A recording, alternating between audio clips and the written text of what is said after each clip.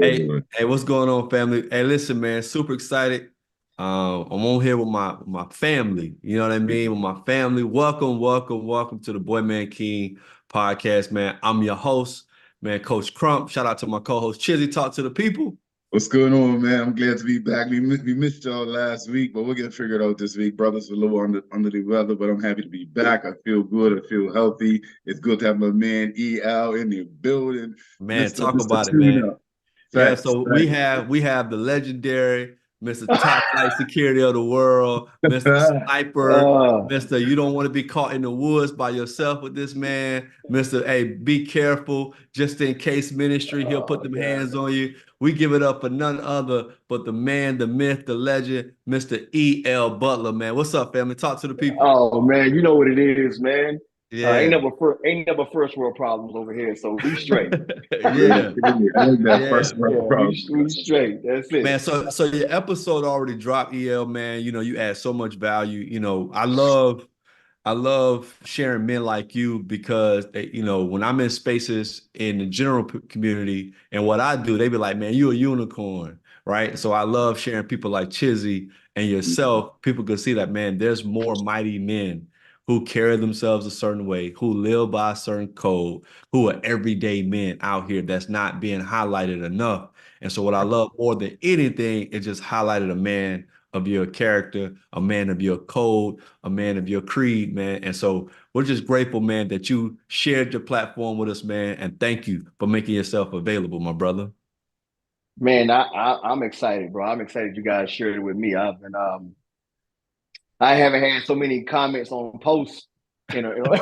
Oh yeah, Yeah, Yeah. okay. yeah. My wife watched it, right? Because I had while I was actually cutting y'all video, we was doing the podcast. My wife was upset with me at the time. Mm. Um, because my trip to Atlanta, I was in limbo. Like, what am I gonna do? You know, I was going in there for E. Then I was like, oh Yeah. man. Then you hit me up like, yo, slide through the crib. I said, Yeah. okay, I can't drive back after that. It's gonna be too late. So I'm gonna have to stay another night, which was cool.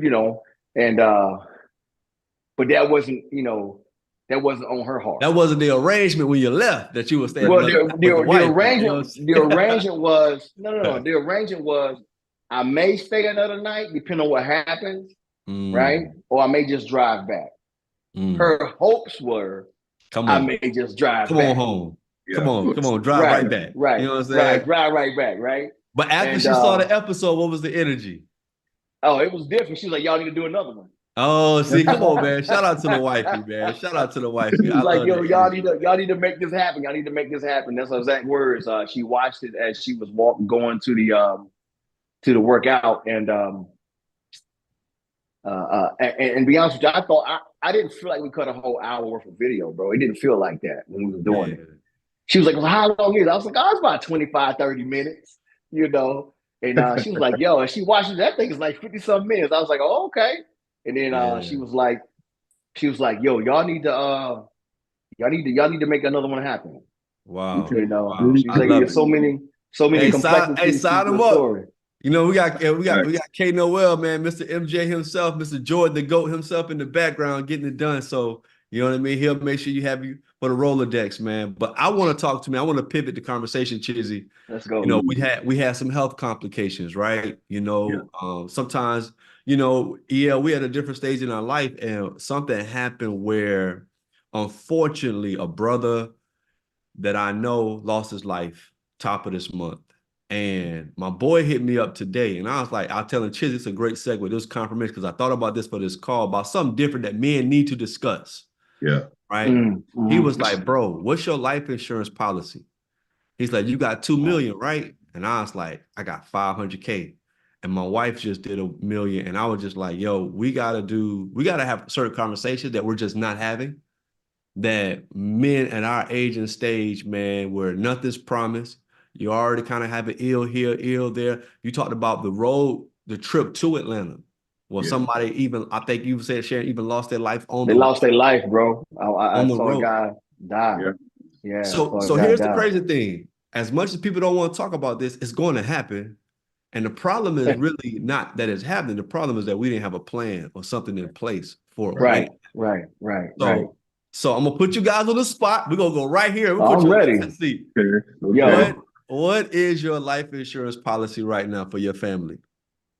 so everybody in my family has a life insurance policy. My kids, my wife, and myself. Right. Well, okay, And well, I'm look, how much you got on yourself, and why did you get that much on yourself? Let's talk about you. well because of my age, um, and because of my job and the health factors that fall around that. Mm-hmm. And because of the kind of plan that I got, like I don't have a regular insurance policy. I have a index policy where Mm-hmm. it actually follows the stock market and it makes money. So I get paid. My insurance policy. It pays me. Mm-hmm. So my initial death benefit is enough to cover all the bills, like all our debt as far as home and stuff like that, and still have some left over of a few $100,000 left over for the wife and the kids. So Okay. so I got that because I didn't want to leave them in a place where they couldn't. If anything happened to me, they still be able to do what they needed to do. Yeah. Right. Now, let me say this. Let me say this. My wife is perfectly fine without me financially. Mm. Me leaving having an insurance policy was to cover. I've already told her how I want to be, what my, how I want to be buried, and I'm not going to be buried. I'm going to be cremated because it's a lot of money that goes into burial, and there's you're gonna get I believe I'm getting a new body, so it ain't gonna matter. I ain't got to hold on to the old one. So go on, burn that one up, and you guys save the money and do whatever you need to do from that point on. Right. So I've already put those plans in place. Um, my wife has an insurance policy that is around the same as mine, and my children have a lower level insurance policy, which I'm actually switching over to a different kind of like a IUL, where they can put into it and it'll pay for itself. Mm. And then when they get so old, they want to pay for their policy. The policy will actually buy its own self, Yeah. and then pay them in the process as they get older. Okay. All right. It's Ain't weird. no wrong answer. I just want to make sure men are doing something. So Chizzy, what you got? So funny you mentioned. I talked with my dad about this the other day, and truth be told, I myself don't have a life insurance policy. I have an investment portfolio that I Mm-hmm. dumped into over a period of years, and at its maturation would amass, somewhere in a few hundred thousands. And obviously, my kids are the beneficiaries of that. But in terms of a life insurance policy, I have yet to explore a life insurance policy. So I'm actually glad we're having this conversation because I know Uh-oh. there are brothers like myself, single brother, so I can appreciate the perspective of a married man looking out for his wife and his kids. But as a single brother myself, I know Mm-hmm. that's yet something I have to explore for myself. So that, of course, obviously I don't have a wife that I have to consider, but of course for my kids, my son and my daughter, a consideration definitely has to be made for their future. So outside of our spiritual wealth that we're storing up on in heaven, of course there's it necessitates on this earth to have some things laid away for the kids. So I'm willing. I'm open to options. I'm open to learn. And this is again not to beat a dead horse, but this is why these conversations, like you said, are super important because there's always something that can be learned from other brothers' experience, and this is why we do what we do. So Facts. put me up on the game, bro, because I like it. I have friends who have life insurance policies, and I'm like, I'm in a weird transition space now in Canada. Kind of how's that work? What I'm saying? I'm not sure if you guys are experts in the area, but how does one go from that jurisdictional space where if you're grounding it somewhere, how does that manifest in another place? How do you make those investments? What can a brother do to actually get into that life insurance place so that we are proactive about these types of things? Well, I know for me, my half, I gotta do more. I know that. I know I gotta do more. I got a $500,000 in Bermuda, and one of the benefits I had that with BF&M Chizzy is that America couldn't tax it because, to my knowledge, um, Uncle Sam still gets his even after the death. Like you still got to cut depending on the percentage of Right. the amount that you have. Now with EL situation with the index fund, there is a loophole with that when it comes to tax write-off and stuff like that. So, and then if you just keep it, and that's like if you take it out, because you can keep it in a trust as well. And Yeah. I think ultimately we're talking about is whether your wife has financial resources or your mother or your children does, or Hmm. whether your children at a certain age. I think what hurt us in the Black and brown community is that that's how a lot of communities come up, is getting life insurance and then putting the cash out. Like ES said, instead of going all big on a funeral, I'm going to put the cash out into a trust that stays in the family. You Yeah. know what I Yeah. mean? And that Yeah. just slowly builds. And then we use the funds in the trust to get estates, to get property, to get investments. Like you said, the index fund. I think the issue fundamentally is our going back to your point, Chizzy, we're not having enough conversation to say Right. it's not about just paying off the bills if I die. That's that's not the long play, right? Yeah, you correct me if I'm wrong. Right, That's not the long right. play of just paying off some bills. It's actually a start of making an investment to our family trust to build our family estate so that because nothing's promised with the economy, with the market, with AI, cost of living. I mean, we have seen in the last 4 years of COVID, literally the cost of living. I don't know about you guys, but like I'm almost seeing double in what I was spending in 2019 and what stuff costs, especially like housing and things of that nature. Like it's like the cost of living has drastically increased in the past 5 years. And I think again, it goes back to not having a plan for the family when it comes to leveraging life insurance, not just to cover my death expenses or my portion of responsibility. That's the first base. But I think the mainstay is having a financial investment trust for our family. Because that's the Yeah. next step for me. I don't have a legal family trust that I have in place for my family. So I put you guys back on the hot seat. Where you guys with your trust with your lawyers, like do you guys have something written about, hey, this is how my assets are gonna move, or the plan for my family when I die? Do you have that in place? My short I don't answer have is a no. I can tell you that off the rip. I'm a single man, so 50-50. Half goes to my daughter, half goes to my son. There's some legalities around that, excuse me, with my investment portfolio that's pretty much situated. Um, but man, this is really a stretching conversation about financial literacy, because as we know, it's a chess game. It definitely ain't a checkers game. You know what I'm saying? And so even for myself, I'm in a space now where I'm starting to up my own game. I just purchased this book. I don't want to give somebody a shameless plug, How to Make Money in Stocks, by William J. O'Neill. It's sort of like the Bible for the can slam system. And I don't want to give free PR, but for me, again, to your point, it's, how are we increasing our financial literacy? How are we having conversations, and how are we actually stretching ourselves so that our kids, can benefit, our families can benefit for the long term. Being rich is one thing, being wealthy is something else. It's a different mindset, as we know. So, yeah, sorry not to cut you off, but yeah, man, this is a great conversation for me in particular, and other brothers, I'm sure, because planning is also part of our responsibility as men, as we transition into that kingship. That planning is vital for our families, man. Sorry, yeah, go, yeah, do your thing, yeah, man. I'm gonna let you do Oh your no, thing. you great, man. I don't have a trust yet. I am actually looking into that and seeing the affordability of a trust for where I am financially right now. Because all those things cost, right? So all those things Yeah, cost to have people make moves inside your trust, to have people the trust do what it needs to do. Those sound like simple conversations until you actually go into them. And it sounds simple, but it still takes money to make it happen. yeah, And so I'm just trying to work on the level that I am right now.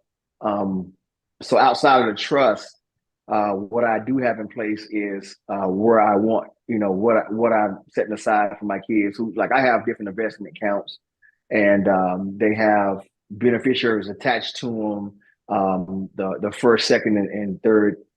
tertiary beneficiaries and how that's broken down. So I have those things in place. I have. I'm actually in the process of moving my children over to a unique or particular IUL where it will actually pay them and pay their children and their children's children as long as I set it up right. And so I got a guy I'm working with who is hipping me to a lot of stuff. He's sending me information, and we're working together. And he does some research for me. He pointed me in the right direction. He handles my insurance right now, and he's just waiting for me to pull a trigger on another insurance policy. And I'm gonna say this: I don't use one particular type of insurance policy. I use the IUL because it's more geared towards a retirement thing, so that after a while the policy itself pays for itself, and then you can also start borrowing from the policy, or the policy can pay you and then pay its own debt back Yeah. to itself. And And so yeah, and I appreciate you sharing these details, and we're gonna get into that one too. Because here's the reality is, I never had a brother who I considered a friend ask me how much life insurance do you have, bro? Yeah. You know what I mean? Like, just get straight to the point. Like, how much life insurance you got? And then his response was, let me tell you, his response was, Probably similar to mine. Like, yeah, we ain't it's got no like, like. yeah, he was like, yeah, let's do that this week, bro. You're young and in good health. You could probably add another million for 150 a month. So his response was, okay, 500K. Well, let's address that this week. So we probably get you for 150 to add another million. And so I just think, we got to we got to care enough as brothers and as men. Let's talk about the game. Let's talk about this, but let's make sure we straight. So the last point I want to say that we could pivot from the financial space, but this last point EL just brought up, you talked about your retirement plan, because all of this stuff, we get to 65 and all of us go end up start working at Walmart, you know what I mean, with a side hustle, Yeah. making checking y'all receipts. And we, I mean, because either you have a plan or it's gonna keep you working and you just trying to, you know what I mean, like debate moving back in with one of your children because you really didn't have a plan. So you mentioned that like part of your investments is a segue to your retirement plan. I know for me, we doing our first investment, me and my wife, we're looking to two different real estate investors to do buy and hold equity here in Georgia, right? To get a property a BA with my JB with my daughter. She wants to do real estate for when she goes to college, but it was ultimately to take the equity out of those properties within the company to get an investment property in Bermuda. And then while we're working, have that investment property try to pay itself off in the next 15 years, while we're renting out Airbnb and, vacation rentals. There's like multiple sites now. There just used to be Bermuda rentals, but now the Airbnb is out in, is it Virgo, like that other rental space, like VRBO. yeah, Yeah. that one is big in Bermuda too. But the point being is that you can rent it out for 13 days or less and pay off the monthly and all the other no, like I mean sorry, like 8 days of the month that you rent it out. The other days helps goes to, stacking up bread or whatever. So me and my wife is like, hey, she's 42, I'm 40, and we can get a property in Bermuda before we're 45 and just have that as an investment vacation home for 15 years because we ultimately would like to be in our 60s in Bermuda, so but the reality cost of living there, we just had to find a way to like offset living expenses. So we get our investment property from the equity that we have in the States, boom, and then obviously our investments in stock and the index funds allow us to cash out later and do some stuff in Bermuda, long, but just like you got to start coming up with something right Yeah. now in preparation for the inevitable too, when you really slow down in your 60s and your 70s. You know what I mean? Yeah, yeah. Yeah. So I have a few things in place. Besides my IUL, I have a Roth and I also have a pension. So I have three investment, venues going on at the same time that that I'm putting into. The real estate is something that else that I was looking at as well. You know, I have a nonprofit, and we often go to Spain, Mm-hmm. and so we're looking at trying to get a piece of property in Spain just to fund a nonprofit as well. Yeah, So and when I retire, I still want to be able to do the nonprofit because that's something that we yeah, that's the started mark. up that's gonna be just that we want to go on forever and ever.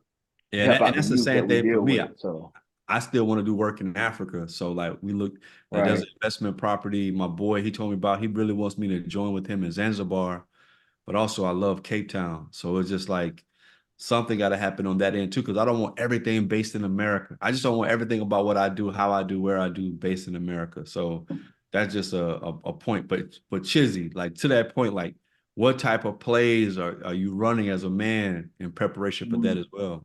I mean, this place that I was living in Bermuda, that's the family homestead as well. So, of course, having part ownership in that, also you take benefit of. So now, once I left, was able to rent that out. So that rental income now subsidizes my life here in Canada. Similar to, my parents have done the exact same thing. So, some of us are fortunate enough where the people before us have set up certain things in place that our kids can benefit from. And really and truly, um, for me, that's part of the journey that I'm on now, and ensuring that whatever I benefit from my parents, I'm able to pass that on to my kids. Um, so there are properties that I'm looking at here, in Canada, um, similar to what you're doing in the Airbnb market. I currently partner with a guy here, my boy here, and we have a couple units that we use for Airbnb rentals. Me as a foreign national, still trying to navigate what a purchase looks like on this Canadian side, but definitely, and even in talking to my son the other day, he's like, "Man, I want to do some stuff in Atlanta. He wants to get into that real estate market too." So I think the starting point for everybody, no matter where you are, is all right. What is a long-term strategy that we could put in place, and how do we actualize that strategy? And all of us on this call is at various stages in that process. And for me, it just comes back down to the importance of your network and how your network is vital to your success, whether it's financial, whether it's spiritual, whether it's professional, that allows you to just transition from space to space and be able to have conversations that I can benefit from. So your information and my information consolidated is vital for somebody else who's not even considered this process in their entire life. You know what I mean? And I think Um, it's important. I think it's important, Chizzy, because me and you was playing ball when you came out of Jersey at 26, and you know what I mean. Like time, like you don't realize it, like bro. that. But you 50, you 40 plus before you know it, and it's like, what do I actually have in place? But one thing I love about your interview, EL, is we was also like we talked about this financial space just to kind of let people like, okay, let's think about this thing. What are you doing? What do you You got actually me have thinking written now, down? bro, for sure, for sure. Yeah, but also Yeah. from the family because the on the other side, I'm seeing families die. So there's one thing for the man to die and what happens to the family, but I'm seeing families get dysfunction, get divided because there was no clear code. There was no clear guidelines that we live by. And I was listening to my pastor today in the sermon. And I wanted to share this with you. I connected to EL's story because he's like, no, this is how we gonna live. This is what we're not gonna talk about. This is how we gonna do. Like having a this is how we're running this family. I can't speak to what everybody else's family is gonna do, but this is how we're gonna live in the woods.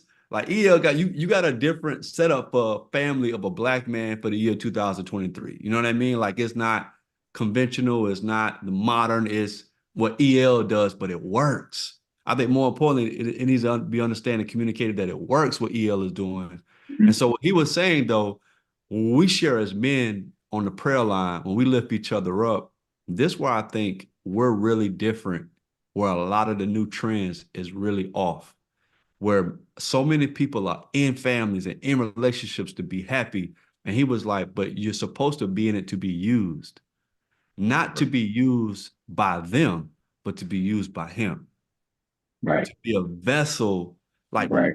to lay my life down for my family is not no, man, what you doing whatever she tell you to do. Yeah, that's my wife. You know what I mean? Like every time I turn around, you with your kids. Those are my Yeah, children. my Like kids. it's like we gotta demystify this whole. I gotta look cool and I gotta be independent. I gotta be. My family's responsible for me to be happy and for me to be joyful. Like no, that is your responsibility. That is your duty. That is your charge. That is your assignment. You are to be used for the benefit of your family, and that is a honor. That is not something that you're like, man, my wife just using me to make her life feel better, to make her feel safe. Yeah, that's what she's supposed. Like, we gotta stop being like, you know what I mean? Well, what about me? It's like it is a honor to be used by your family for their safety, their well-being, their pleasure, their excitement, their entertainment, their peace, whatever it is that they get by being around you. That is why you signed up for the job. And I think that gets lost in translation when we get our personal agenda, our personal ambitions, our feelings, our fears, the mission of it all. It gets lost in that. I was gonna say that because sorry, I was getting stepping, but let me just say something real quick. It's funny because I was just having this conversation with my ex-wife yesterday, and it wasn't a great conversation in terms of the ethos that you're trying to convey. It was more from the perspective of like, you don't get no kudos for sacrificing for your children and being a resource to your children. So the flip side for the single brothers who sometimes feel like, me, I'm moving countries multiple times to be a resource to my kids, be a resource to my ex-wife, and I'm conveying this stuff. But the truth is, sometimes we do need her, as we know, we do need her. Man, I really appreciate it. And although it is a blessing to be able to bless your children and serve your wife and serve your children, it's also about how are you preserving something for yourself so you can do that even if you don't get that pat on the back that sometimes we sometimes need. You know what I mean? So, I don't want to, for me, I don't want to give the impression that I'm just out here impervious to my own personal and my own needs, and I don't need, to be refueled in a lot of ways. But it is, to your point, it is a blessing to be able, because I tell my kids all the time, like, yo, I'm here for you, like 24/7, 365. And my But actions, Chizzy, you get socks on Christmas. They give you I got, socks on Christmas, bro. Like, come on, man. They came through in the clutch, bro. You got a whole new set of socks. And they didn't even go to Walmart. They went to Ross this time. They got a special They for went to Ross and Ross, got you the Nike boys because they know how the you like TJ Nike. Maxx. yo, you're killing me. Yo, I mean, Oh. if socks are a reflection of that, man, I'll take that every day and twice on Sunday. You know what I And I mean? know EL got to speak to this, but I'm saying what I've learned, I've had unrealistic, unhealthy Yeah, expectations of my thanks. manhood and my Yeah. value of validation from the response of my wife and kids. That's Mhm. why I be around brothers who get it, who in it, who like, bro, proud of you, man. Keep doing your thing. Let's Right. get prayed up. Let's go work out. Let's go watch the game, but go back in there, go sub back in the game and run the play. You know what I mean? I think having this conversation, this is where you get your validation. I see you, Chizzy. I see Facts. you, Facts. EL. Man, thank you, man of God, for being an example, bro. Like, I appreciate you. And going to God with stuff. I think it's important that we demystify too that, man, she ain't respond, so she tripping. Like, nah, bro, she's a woman. Those are children. They're not gonna get what a man needs like Right. that, bro. Right. And Right. now you may have an opportunity for some conversation, for some communication that she could get a better understanding. But then she don't wake up every single day or every single hour knowing, man, he gonna need this right now. Like that takes a lot of time. Shoot, I'm with my wife for 22 years and I'm still figuring stuff out with that joker. So I only can imagine her struggle even to understand what I need in those moment by moment opportunities. And it's unfair for me to like, I need you to respond all the time in these moments in order for me to feel good about continuing my commitments. It's like that's not healthy too. You know what I mean? So I want to go to the other side. Like it's not healthy for us to have that on it, and it's not healthy for them to never, ever, ever. But also it comes with being that person. You know what I mean? Like it's gonna be taken for granted. You're not gonna really be fully appreciated till you're not there. You know what I mean? But the reality is we need you there to stabilize everything, to stabilize everyone. You know what I mean? Yeah, go ahead, yeah. Sorry, man. Nah, man. No, you're good, man. I'm listening to y'all and I'm laughing, man. I'm enjoying your conversation, bro. I'm enjoying this topic. Um, I really strive to make fatherhood look cool. Mm, You know what I mean? So whenever I go out the country, my kids go with me. mm, You know what I mean? So like my kids have been to more countries than I have, mm, Mm. right? So we have groomed them to be world travelers, That's right? important too. Yeah. My Yeah. son right now is coming back from Holland. He's in Okay. high school. He's in high school. You know what mm, I'm saying? He's coming back from Holland right now from being at the Hodge conference in the Netherlands, where he was a representative at the mini UN for Lithuania. And he's a high school student, and so him being able to navigate those spaces, with almost on his own, but of course, with the group he's with, but having confidence and being able to navigate those spaces. Having my daughter, she lives in Puerto Rico right now, and her traveling around and doing her own thing, while she's over there. Without, hey, I just need you guys to sign this paper for me so I can go. I Right. got my passport, I got my stuff, I'm ready to go. And them getting like they know. I'm saying all that because I want to say they know how they got to these places. Mhm. Like they know it's because of the sacrifice that I've made and that their mom has made and the things we've put in place for them. Like my kids actually appreciate it, bro. My daughter wrote me a letter one time saying, "Daddy, I'm glad that you're my father. I really appreciate the 13 and 14-hour days you put in to put food on the table and to provide for us. I appreciate the talks we have and the time we have together. Um, and so they know the roles that we play. Like my son, the school he goes to, right? It's a private school, and the person with finances called his phone by mistake, and we had just hadn't been thinking about it, but so we hadn't put no money on his thing. So the guy called him and by mistake said, "Hey, you owe X amount of $1,000 right now, this and that, this and that." And he was like, hold on. And then the guy was like, "Oh, I'm sorry, I didn't mean to call your phone. I thought I was talking to your father." So my son calls me and he says, "Dad, are we having financial problems?" It's like, "What are you talking about?"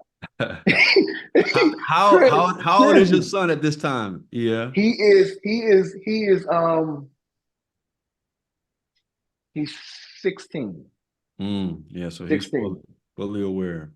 Right? He's fully aware. Dad, are we having financial problems? What are you talking about? Financial problems, bro? Because they don't know how much I make. They don't know how much my wife make, right? So we fine. We straight. We just don't let them get into that. That ain't none of their business. How much they don't need to be counting my pockets. Mm, You just need to know that everything you need is taken care of. We got to do a Don't even good worry job. about it, right? Right? Yeah. But you don't even know how you Worry don't even know about how good much I stuff make. with being a teenager. Don't worry about good Right, stuff. right. Right. mm, So he calls Chris. He calls Chris. He says, "Hey Yeah. man, are we having financial problems? I just got a call from such and such, and they talking like y'all owe thousands of dollars on this bill. And so look, if we having financial problems, I can come home." mm, He said, "I don't have a problem with it." Now I'm gonna tell you, he living his best life. He can play all the sports he wants to. Don't have to worry about it infringing on his religious beliefs. He's part of the honor choir. Like I said, he's coming back now from Belgium, being on a peacekeeping mission with the UN. He travels with the choir. He's like honor student. He's living his best life, bro. He's getting challenged how he wants to get challenged. And here he says that I'll give all this up to come back home if this is a hardship on you and mom. Mm. So my, the youngest one, he's a different story. Yeah, But those two, man, the two older ones, man, they get it, man. Like they get it. They know what my role is, right? And I have to remind them sometimes, no, this is what I do as your father, as the man of the Mm. house, Come because on. they'll try and shrink back from the life I'm trying to give them and opportunities I'm trying to give them to take the burden off of me. I said, no. I signed up for this Come burden. This on. is what I do. it's funny. Yeah. My son said that This to is me what I yesterday, do. man. My son Yeah. said that, yeah, because he was listening to the conversation that my ex-wife and my daughter and I were having. The crux of the conversation was my daughter was upset with me because she had a race that I missed her race yesterday due to, I came back. Anyway, the point is she was upset that I wasn't there. And, it came down to a conversation around responsibilities, around, that whole, it's your responsibility, to your point, as a parent, to support your kids and to be there and to be a resource. They don't ask to be here. So to your point, Mm. yeah. We go out of our way to ensure that our kids have what they have and need and get what they need. But it was nice for my son to be in that space and be older now and be able to see that. And he and I had a sidebar conversation and was just like, yeah, man, I mean, I totally understand. I totally get, how you can feel sometimes, how you feel. And this is him to being 21 now, where, a couple of years back, he was still in this selfish minus thinking where he's just thinking about his needs, and his needs. Mm-hmm. So, it's encouraging to her when your children, and although your son was like, hey, dad, I'll come and I'll just come back. If it's a financial burden on you and mom, then, I'm willing to take that L so that you guys can be good. I mean, and although, as parents and as fathers, we'll say, nah, we sign up for it. Like, this is what we do. This is what we're here for. We're here to give you this experience. You didn't ask to be here. Let me figure it out. Still, it gives a level of feels it's a level of accomplishment as a parent for you to be able to hear that and have your son. And just like I felt when my son was like, yo, man, I see you. I appreciate what you guys do for me, sort of thing. So those little small nuggets make it all worth it. If there's a time where you get in your feelings and like, I don't feel like nobody sees me. I feel like no one's really validating what I'm doing. And it's hard. And sometimes, we can kind of get thrown to the side in that validation trail. But yeah, man, it's a rewarding experience, and it's very helpful for a single brother, especially to her, that there is light at the end of the tunnel, because we have a different struggle. Because I would imagine a lot of what the both of you experience comes from the environment that's been created in your household, you and your Yeah. wife. Yeah, but I think it's important for us to share the perspective. And I want to go back to sharing another side. Is like, here's the thing that we don't say enough is how hard it Mhm. is to create this culture. Like Yeah, I know EL it's got the about to braids lose. all That's tight. what it's like, I know he to be. got no, I know he got the braids all braided back tight and he got the beard all custom edge, but it takes time for that to come together like that. You know what I'm saying? It takes time. Like I honestly don't, only a man, in my humble opinion, who's kept his family together for almost a quarter century or more can even relate to what you have to endure. And that Sure. includes not just the neglect, but all type of challenges or traumas from yourself, because you got to embrace it from everybody, right? Because I tell people, what's the difference between me and somebody who doesn't have it? It's very simple. I didn't quit. Mhm. There's no other attribute besides, like, I'm just saying we're gonna figure it out. You know what I Right. mean? Like, because if you think life didn't test, oh, y'all gonna stay married? Y'all gonna stay together? If you don't think life didn't go ahead and say, nah, we're gonna find out. I'm gonna find out if it's real. If it's real, real. We're gonna bring the cussing and fussing. We're gonna bring the police. We're gonna bring everything to find out, is it real? And then my wife at the 20 was like, the 20-year mark of being with me, she was like, oh, you really do love me. Like, not the goo goo gaga love, not because I brought roses or I brought a gift. Was like, man, you was willing to do this with me.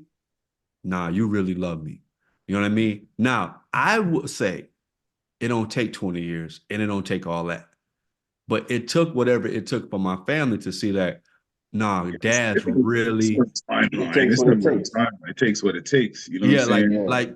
but it's It takes like what it we takes. gotta start sharing with brothers when brothers like, man, they 2 years in their marriage, 5 years in their marriage.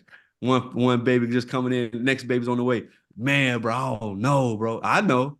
I know. Listen, Yo, truth be it told, hurts. It's yeah, challenging. You broke. You don't feel like you have enough resources. You don't feel like you got enough help. All of that's there, but keep going. Keep pressing. Keep I think reaching. the space that I'm in my life now, if if if if this would have come to me at the height of my divorce, at the height of the stuff, the demise of the relationship, the demise of the marriage, I definitely wouldn't have left. I definitely would have stuck it out. I definitely would have had more tools in my toolbox. Now, this ain't a Mm. pity party, and this is just a revelation that I've had over the years that tells me that, again, not to beat a dead horse, but your network determines your network. And I'm not talking about financially, I'm talking about your capacity to be long suffering in the relationship space, in the marriage space, in a space where the world, like you said, will have you believe that it's easier to just walk away because that's more centered around the self. You know what I mean?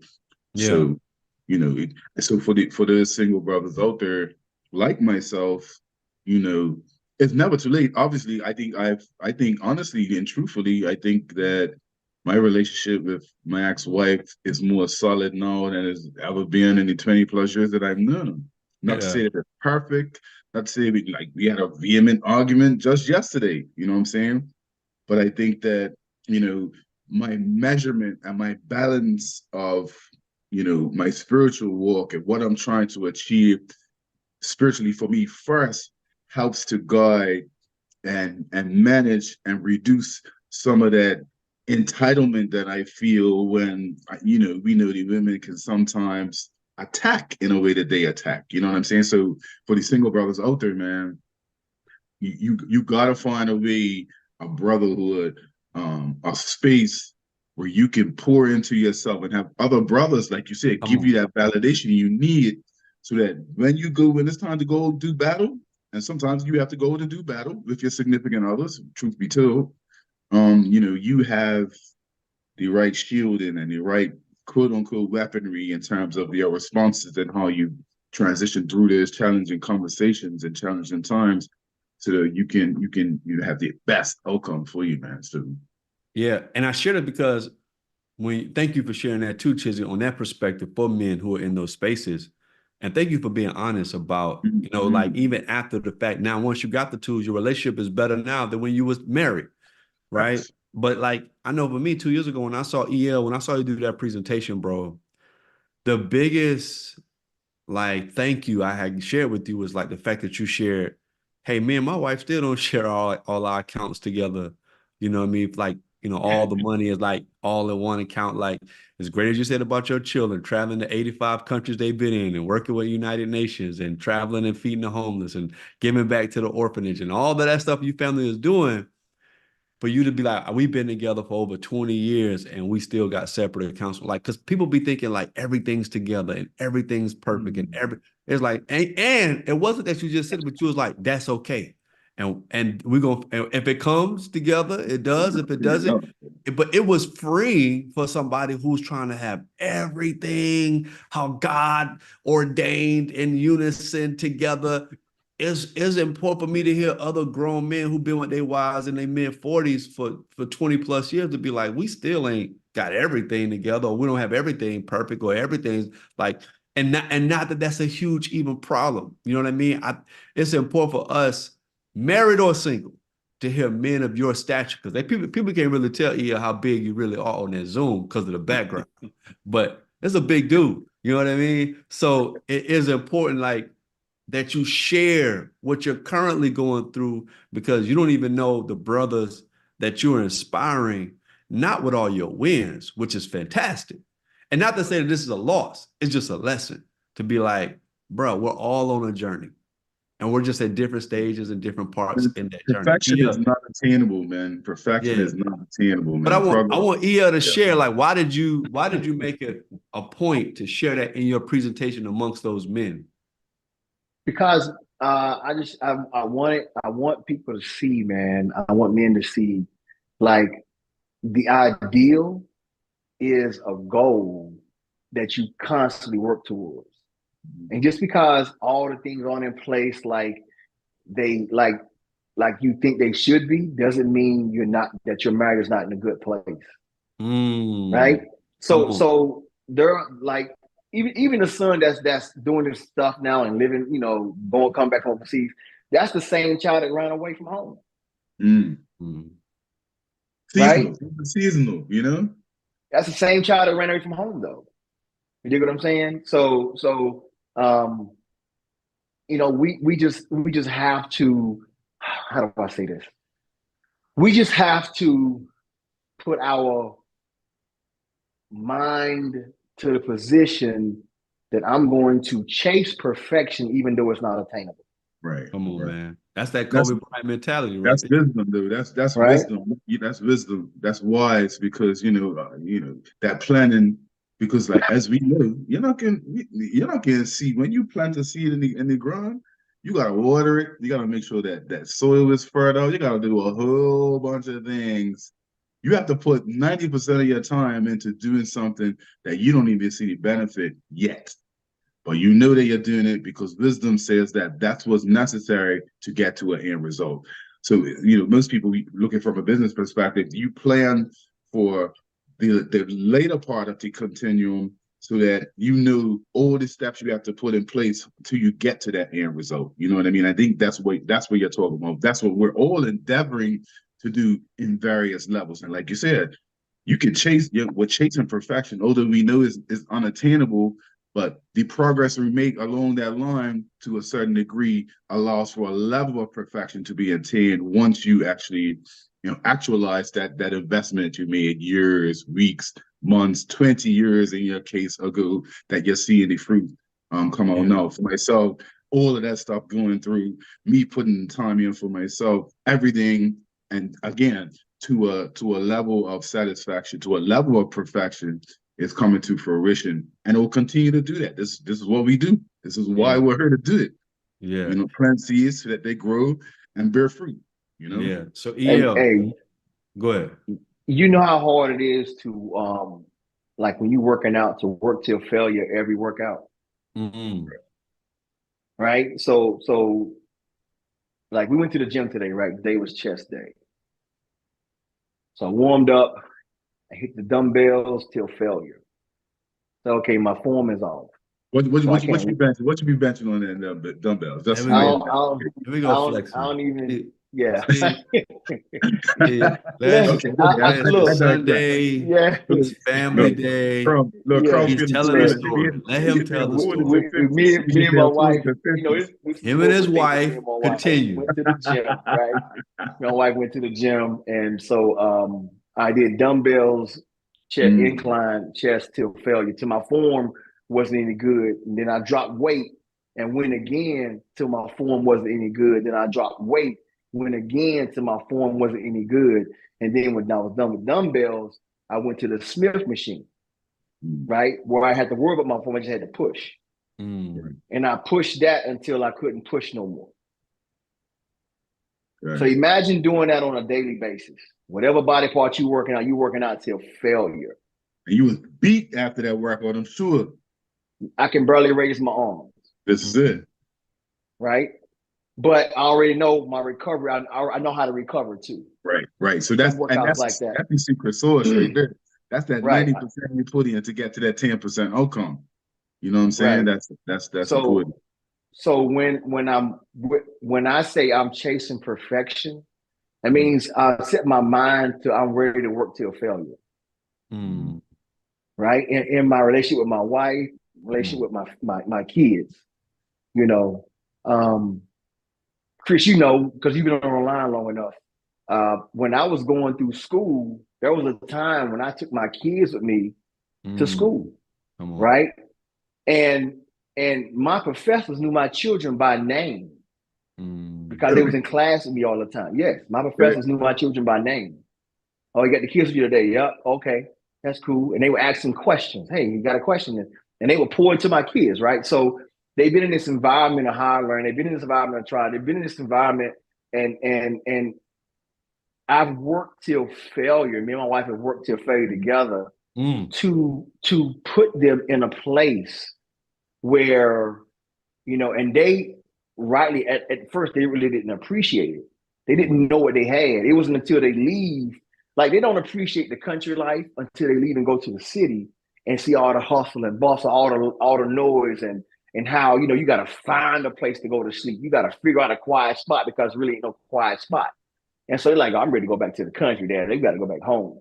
This is fine to visit, but man, I really appreciate hearing the birds in the morning. I really appreciate, feeling the breeze and not hearing a whole bunch of noise and stuff like that. I really appreciate the darkness where I can see the stars clearly because there are no street lights, right? There are no city lights where I'm at. So it's sometimes it's not until they are in the environment and you've worked till failure together to get them to a place, or to get your marriage to a place, or you work till failure to get your marriage to a place to where, even though everything ain't together, both of y'all know we're going to work till failure together in where we're at.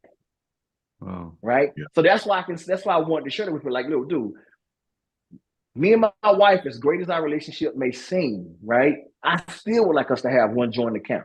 But she just ain't there yet. Right. And I understand why she not, like, I really understand why she not there. I understand the trauma that she went through, right, of why she's not, what she experienced through other people's lives that affected her in the point where she took that advice, like, no, I got to protect myself. And so even 20 plus years down the road, she's still protecting herself. Even though she trusts me, there's still a part of her that she hasn't released yet. And she makes excuses on why she won't release it. Well, I don't know how to switch all this stuff over. And I'm like, it's just a phone call. It's just the paperwork. You know what I mean? It ain't even there. Matter of fact, you just sign it off and it happens automatically once you put it in. So it ain't really, but I understand the excuses, right? I understand why the excuses come, because it's a place of comfort that she's not ready to release just yet. I can't force her out. And it's not even probably a battle worth fighting. You know what I'm saying? Some guys would be like, it's not. It doesn't make sense. It's not a battle worth fighting, bro. Yeah. Remember, I tell you, I don't like the smell of fingernail polish, but I do their fingernails. Right. You dig what I'm saying? Like, I don't like the smell of fingernail polish, but I do my wife's nails sometimes, right? And when I do her feet, and I don't do her fingernails, I do her toenails. So when I do her feet, I give her whole spa experience because I don't know. Oh, I don't life flex. Look. Pause the recording. Pause the recording. Not let my wife hear this. Another level. Pressure. Basil climb. Pressure. Got to take out the notebook and pen. Hold on. That's because I'm OCD though. Right. They ain't got nothing to do with her. Because if I start doing her toe, if she'll say, well, I just need you to clip this one toe because I can't reach it and it ain't getting it right. And so and she knows, like, she's not trying to be manipulative, but she just, in her heart, she just saying, okay, just do the one toe. But in my head, I can't see one toe and see all this other stuff going on. So, okay, let me just get the foot tub. And I got to go through the whole thing because that's my head, though. That's me. Right. And that's how I'm set up. I can't walk away. Here, let me just do it. Right. And so, again, we together, we work, we have a mentality of working till failure. Wow. Right? You know what I'm saying? My wife is a lioness, bro, when it comes to our relationship. Right? She's non-confrontational, right? Like, we get in an argument, she ain't the one to argue a whole bunch of argument. But when it comes to protecting our relationship as husband and wife, protecting our relationship as parents, she is a fierce lion. It's a whole different person when it comes to that. Right. Whole different person, bro. And so, knowing that about her and us both having the same mindset, like, we discussed this. It's like there was no contingency plan coming into our marriage. This was plan A, plan A, plan A. There was no plan B if this thing don't work out. Right. And let me say this though, Chizzy, to your point, right? You said, man, if I'd have got this information beforehand, I probably would have never left. You know, I was thinking about this the other day. Mm-hmm.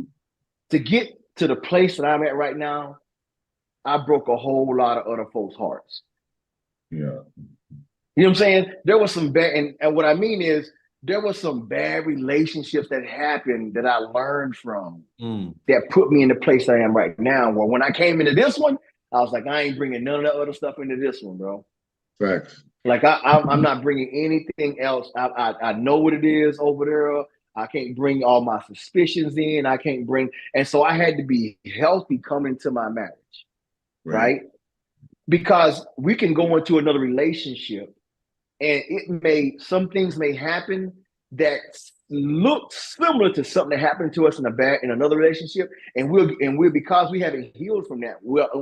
That just something similar would cause us to flee or act a certain way from fear from that trauma that we may have went through, that relationship that we went through, right? And so we have to be able to navigate through something that looks similar, but not the same thing. Mm-hmm. Mm-hmm. You know what I mean? So we have to, like, for the single brothers, man, who have been divorced, right? Who have said, man, look, if this don't work, I ain't going nowhere else. I'm done with it, right? Because I know cats say, man, I ain't never getting married again, you know. And so you have to, and then for the guys who've never been married, right? Who just had some relationships, right? And then you have guys who've never had relationships, right? And they're venturing into marriage. You know, having the right information, the right mindset is crucial. But having a mindset to say, hey, you and your spouse, the person that you choose to be with, y'all have mindset that says we're gonna work till failure. Here's one thing I like about traditional marriage, right? One of the most powerful things about traditional marriage or the traditional wedding, right, is that the vows that's mentioned, because people now they write their own vows. Yeah. But I like the vows that the old vows, for better or worse, for rich or poor, right? In sickness and in health, right? So death do us part. Till death do us part. But nobody thinks that we don't really dig into it. We say, oh, for sickness and health, or they may get a cold. They may get it. We don't think about a coma. Yeah. Yeah. We don't think about a coma, right? Paralysis, they say, all of that. Right. So we don't think about that kind of stuff. We don't think about like what the worst really is or what the worst could be, for better or worse. You know what I'm saying? Financially, emotionally. Let's speak to that rich and poor boy, because, you know, as we know, finances is a huge, finance and intimacy, sexual intimacy is a big, big piece in the demise of a lot of, especially Black relationships. You know what I'm saying? But that's because we haven't delved into the relationship that we've had with finances as individuals. Yeah. What has been your relationship coming up with finances? How did your family handle money? What was this? So finances don't break up homes. What it is the instability of not having a financial plan or how that affects somebody, that may break up the home. If you had a person who knew how to, you know, who've been in a home where they just made ends meet. They knew how to struggle. They knew how to, you know, cut back and stuff like that. Then you going through a financial challenge with a person like that, they ain't a problem for them. Right. Oh, you can carry the. Sorry, go ahead. Sorry. But if you got somebody who has never had to worry about finances, who has never been in a tight situation, and then you go through a financial struggle where, because anything can cause, you can make a bad investment and lose a bunch. You can have a bunch of money one day, make a bad investment, and then boom, that stream can just kind of put you to a place where you can't do what you need to do or what you're used to doing. And if you got a person who has a different kind of relationship with money when they grew up, you know, then they're gonna have a hard time doing that with you, right? So it's a matter of having conversations and understanding, because all this stuff is a really relationship. Our relationship with each other, our relationship with the material things in our life, our relationship with God, our relationship with our family, our relationship with ourselves. So if we can just dive into and that's one of the things that really helped me and my wife out. We had these conversations about our relationships. Yeah. You know what I'm saying? Yeah. How we dealt with each other, what our thing was with money. We discussed money. We discussed, you know, and we discussed, okay, if I get sick, she's in a position where she don't need me to make things work. If she gets sick, I'm in a position where I don't need her income to make things work. Now we make things work better with the income, but we ain't gonna lose our home. Our kids can still do what they need to do for our school and travel if either one of us happens to get sick. You know what I'm And saying? And can't bring income in. So I think those are some important concepts to understand that you need to have when you choose who to marry, when you have these kind of conversations, or when you're dealing with the heartaches that come along, or the challenges, let's say, that come along with having a family, being married, raising kids, and things of that nature. But yeah, this communication, you wanna jump in real quick, or go ahead, Chizzy. No, I was simply gonna say that this communications are vital in the beginning, because as in our view, just being cognizant in our viewers, there are brothers out there that still have the mindset, because I'm the man, I should control the finances. The sole responsibility for providing for my family is solely mine. And yes, to a certain degree, that is true. But you also have to recognize your strengths and your weaknesses as well. You may find a woman who makes more money than you, who may be financially more literate than you. It's okay to say, all right, honey, I know this is your strength. I'm going to let you do what you do, provided that we have an open conversation about it. And we're cool. It's not coming from a place of insecurity or a place of, I feel less than. I'm going to let you handle the finances because this is your bag. And if the team is going to go forward, progressing forward, I know that it may not be my strong suit to do those things. And those types of conversations are vital in the beginning.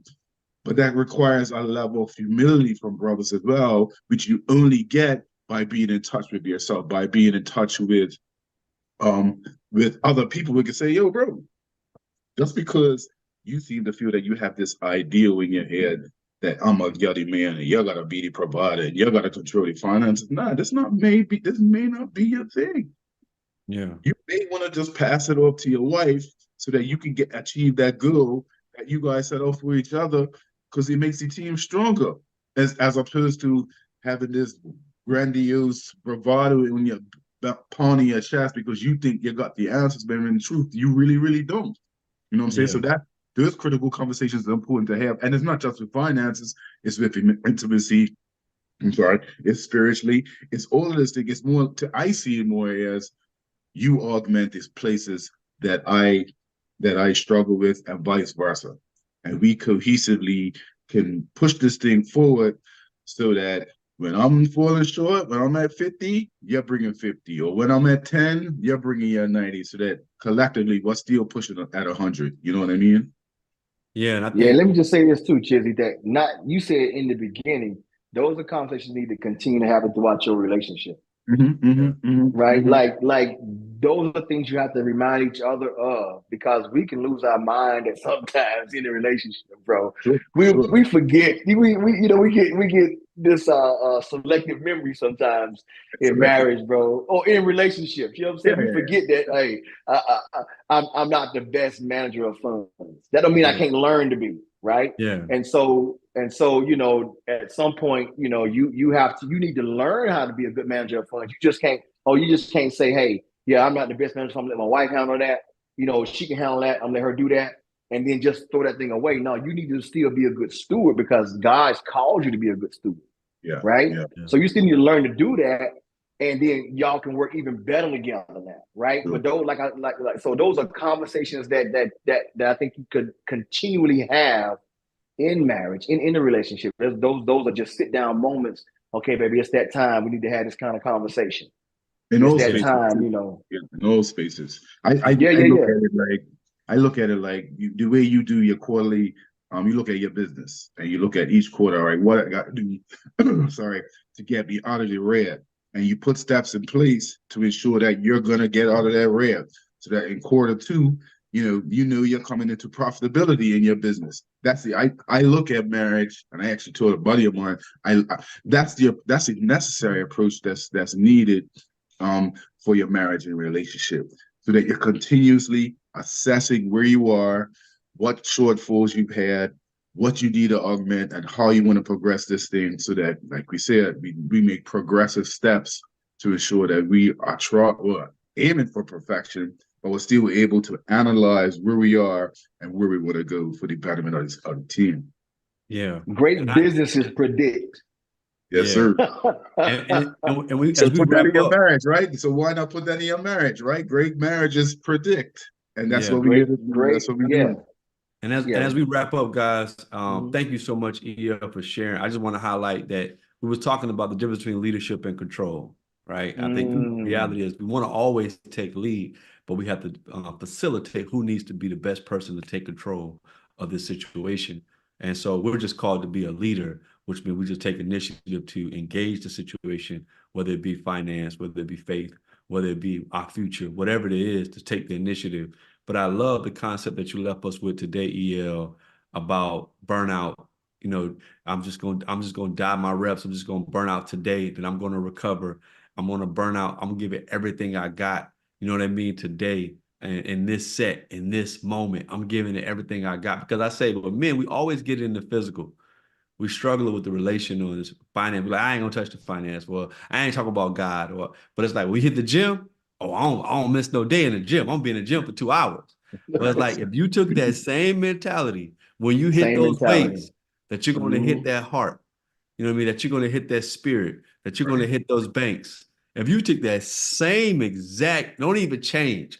All that prep you do, guys got certain workout gear they gotta go. Guys Yeah, got certain bags they gotta yeah. carry. You already know. Guys will drive up and down past a bank.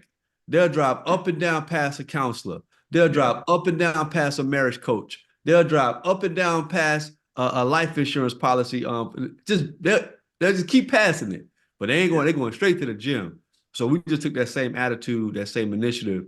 Man, we'll be good. But yeah, your final thoughts, and then Chizzy will close out with your final thoughts, man. Thank you guys on behalf of Boy Man King. Please follow us, and we thank you guys for kicking it with us today.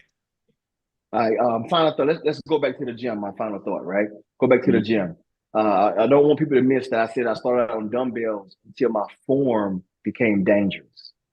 So I couldn't do dumbbells anymore to failure, because if I could hurt myself on the dumbbells, because my strength in other muscles wasn't cooperate. Well, they were fatigued to the point where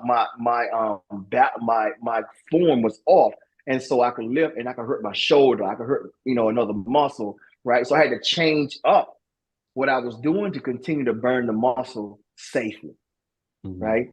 So that's a part of working till failure, is knowing what works and what technique you need to use, right? Because you can burn yourself out to injury. And that's what you don't want to do. You can be in a marriage, you can give all you can in a marriage, and to your detriment, you can hurt yourself. Everybody else is healed. You're laying on the side and they're moving on. Right? And now you aren't any good to the family to a degree. Now you're taken away from the family, because you've gone to a place that you had a good heart to do, but you wasn't smart about it. So it's one thing to work through failure, but it's also techniques you need to use. There's also ways for you to recover. There's also time that you need in yourself. There's also ways that you need to put how you work to failure is extremely important, as well as working to failure. I love it. I love it. Thank you, bro. Cheers. Yeah. I'm just sitting there reflecting on the conversation, and my takeaway, and I challenge not just us, but everybody that's watching and everybody that tuned into Boy Man King, just to really, really focus on those things that you struggle with. Great analogy, EL, as it relates to getting your reps in the gym, and how you'll push yourself to failure at the gym, but in other areas of your life, you struggle in that regard. I know for me, that resonates with me mostly, because I know in my life, I need a push to failure with my spiritual walk, my devotions, of my prayer life. And so, so for me, so I challenge everybody that's listening, assess those areas in your life that you need to struggle, that you need to push to failure. And really, really hone in and try to pull those resources. If you need us, if you need EL, myself, Crump, any other resources that you need, reach out to us, man. And even give us a shout out and say, man, this is the area that I need help with. I need a push to failure, man. And I need you guys to support me around this. So I just challenge everybody to push to failure, all these areas of your life that you really, really are struggling with, so you can get the results that you're looking for, not just for yourself, but for your family, man. So yeah, that's my piece, man. That's my takeaway.